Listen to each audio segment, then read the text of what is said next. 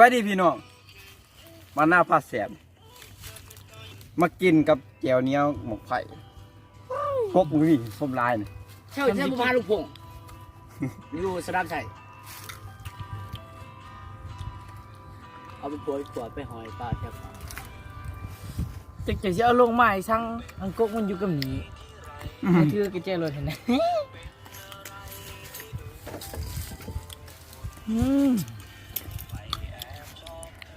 โอ้ย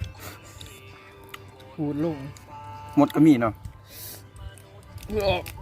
จิ้ม โอ้ย ไปเยอะเลยมาเลยจ้ะกินด้วยกันเดี๋ยว เอาก่อนจิน้อย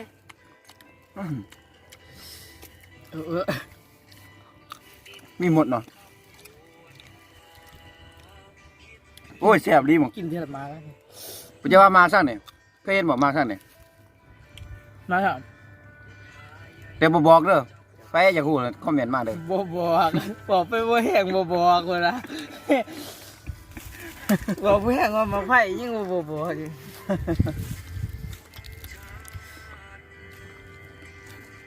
ก็เลยกลัวแต่บอก หมากบ่ใหญ่เนาะน้อยๆเนาะพอดีครบปัวเนาะแซ่บบ่ แซ่บ เรื่องบ่ปวดตาจ้ะ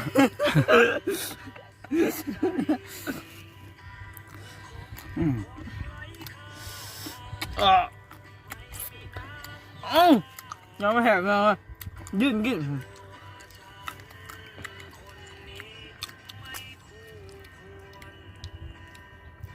แซ่บขนาดพี่น้องเอ้ยหมกไผ่น้อยๆนี่เพื่อนใหญ่นี่ ไม่ยังบังไผ่ หมกไผ่ตำแจวมากินอยู่กกมันเนาะกกกับบ่มีเจ้าของน่ะบ่มีไปหายเนาะอยากกินสำได้ก็ขึ้นเก้า มันกินหมากไหมมันกินกบ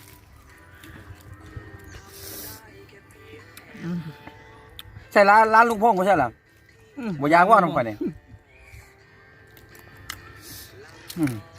มาเลยไปเจอเบิร์ดอ่ะ นี่เป็นปิ้งเครือพุ่นเห็นบอกละลายเนาะซ้ำสิกินเด้อพี่น้องเอ้ยไปอยากกินมาหาเด้อสิพามากินนี่ท่องคือบ่อยากขึ้นดอกตึกตำก็มีเนาะนี่พวกลุงพก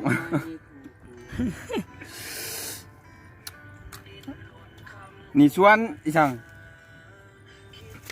สุดยอดคอยกินเด้อจอร้านลูกพงไป บ่ มา ส เล วน ยเอามาเลย สวนอีสัง บุจักสวนอเมซอนมี อันนี้มันก็จะบุจักกับจะเรียนขันมันอยากคุยเป็นสันมึงเห็นเจ้าแรงมาเป็นสัง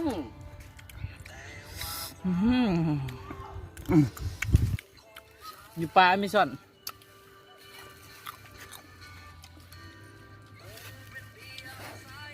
เด็กหน่อยยังบ่เด็กหน่อย มันเป็นลิ้นนะจะเป็นไรจับอีกือมัน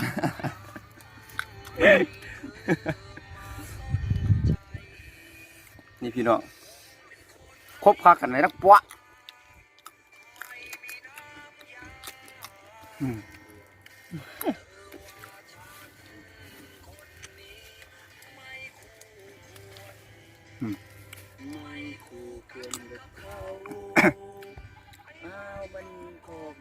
โอ้แสบดี เอ้าไปเจ้ เจ้าเพลง ฮะ เจ้าเพลงมาแต่ใช่ เพลงเอา เจ้ายูทูบป่ะ ยูทูบเลย เล่นเบิร์ดได้ ไม่ได้เลยกี่ประเด็น จับเบิ้งเขาจะร้องกันเลยว่าบอกละลายสิ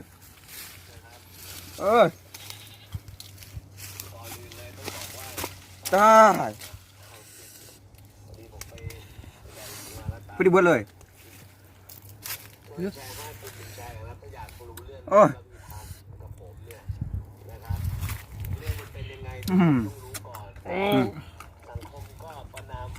นี่พี่น้อง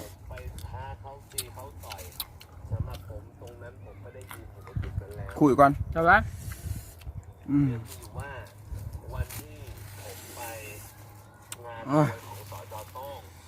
มันคุยบ่ได้นอนเนี่ย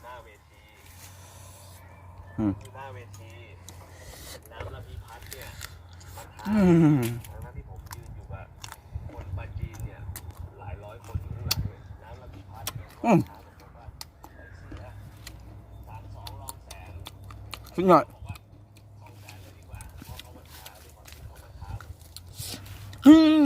ครับ คือกับมันดิคือไปแสบปากกัน เนื้อเจล ตบผม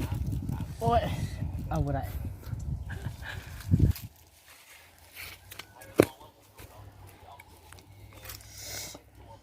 ทะลีก็ใส่ละลายติใส่หน่อยลายมันสิเป็นบ่เห็นละลายทำยังยำขู่เอาเนี่ยเอาเดี๋ยวคอมนไหวเฮ็ดสะๆกินคะแนนเบิ่งก็คักไอ้อัพ เราได้แตกเบิดเดียวอย่างพวก มาเดี๋ยว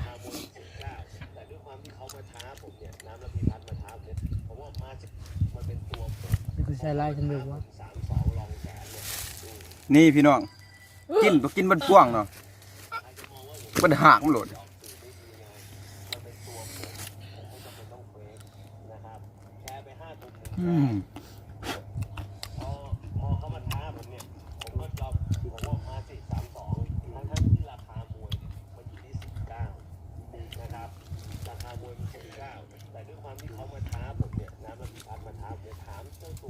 โอ้แสบลี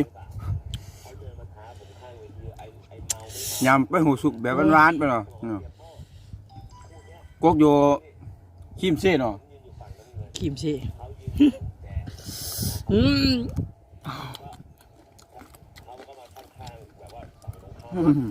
ที่ผม กูอยากกินกับมีเนาะพุ่น เอ๊ะ มาติร้านลุงพงษ์ จะได้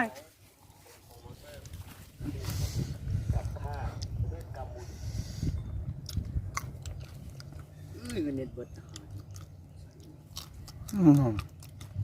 จำเป็น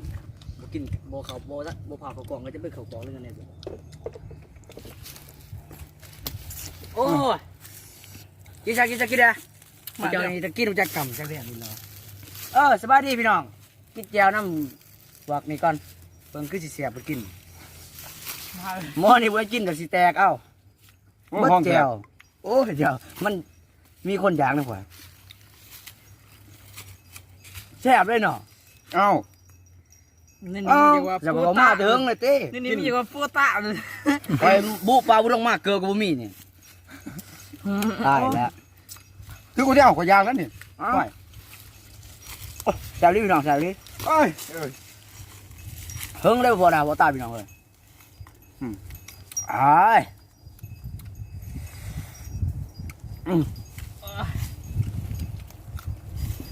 ถือจะเตี้ยไร คุยทีเนี่ย นี่ลิ โอ้คุยมันก็บ่อยู่พี่น้องเอ้ยโอ้ยนี่ กินแบบแซ่บนะ กินแบบเท่านี้บ่ได้สิแตกเอ้า เจ้าประเดี๋ แซ่ ย บบ่ วมานี่ย้อนใส่ จะกินจะได้กินป่ะ แล้วก็ค่อยๆกินดิโอ้ บ่แซ่บกินทรมาน แซ่บกว่ากินหลายๆพี่น้องอยากนำอยากเฮ็ดเอาเด้อพี่น้องมาไผ่บ่อยาก พี่น้องเอ้ยจะเบิ่งน้ำมันหน้าตามันเด้อจะคิดว่าแม่นอีสักจะว่า แซ่บ เนาะ ร้านลุงพงษ์ลีนี่ ร้านลูกพ่อกะลีนี่เก่าผมหมดแล้ว อันว่ามือจกกอกจกกลมาพี่น้องเบิดเลยนะเลีย กูจะว่ารอบ่เนี่ย ว่าบ่จักว่ามันสิแซ่บขนาดนี้เขามาถึง ข่อยมาคำผากมาร้อยน่ะเบ่ โอ้ลอยน้ำหาตู้บุเปียกเนาะ อืม ตากแดดบ่ เกิบก็บ่มีพี่น้องเอ้ยลง แม่นเอาปลาเกิดบนปลาตีน ปลาเกิบอย่างกินอยู่เก่า ครับ เท่านี้กินบ่แม่นกินนะพี่น้องสิแตกหมูกินเดือนละหมาผมกินเป็นผัว 1 4นี่กินคักนี่ อ้าย พี่น้องเอ้ย จงที่มันเห็ด อืม แบบผัวผู้อ้ำ อืม ผัวผู้อ้ำบ่เคยกินหมูไผ่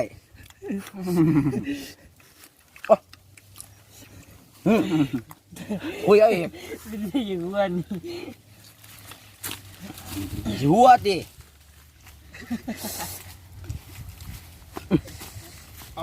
อันนี้พวกป้าพากินยังหัวเนาะ หมอนี่มาแต่บ้ามดูแข้งกันตะปื้อ โอ้ย ไอ้ล่ะ เอ้ย ตักสิก่อน จะได้คุยอยู่วะเนี่ยโอ้ คือพี่คือเพจนี่ จะเฮ็ดได้จะได้วะ เพื่อกิน เบิ่งไปลองเบิ่งก่อนเฮ้อ เอ้ยทำตาเบิ่ง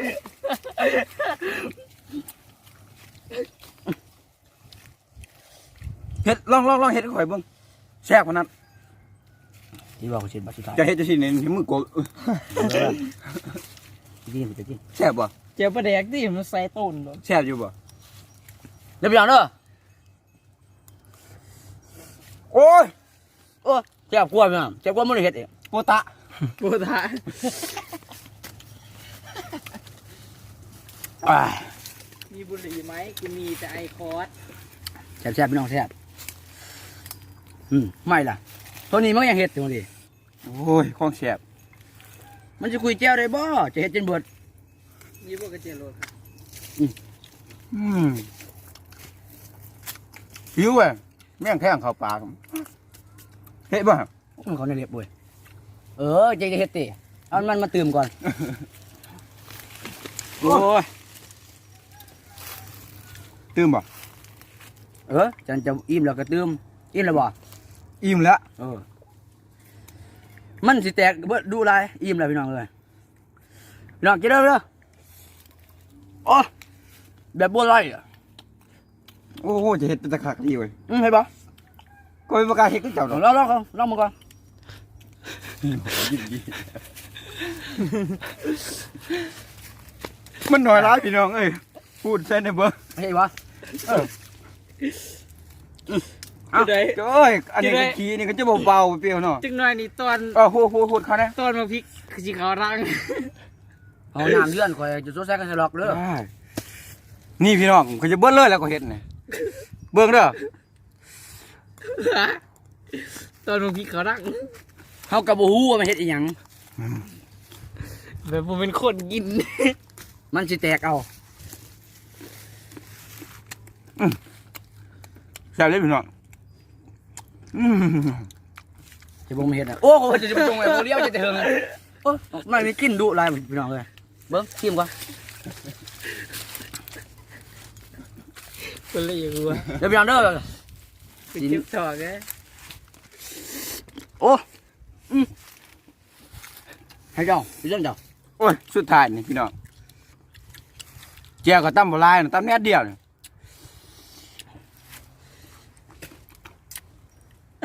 เบิดเลยไม่เฮ็ดพี่น้องเอ้ยเหลือมับ ว่าเจียวอย่างเนี้ย ยังก็ตามเด้อพี่น้องเรากินน้ำก่อน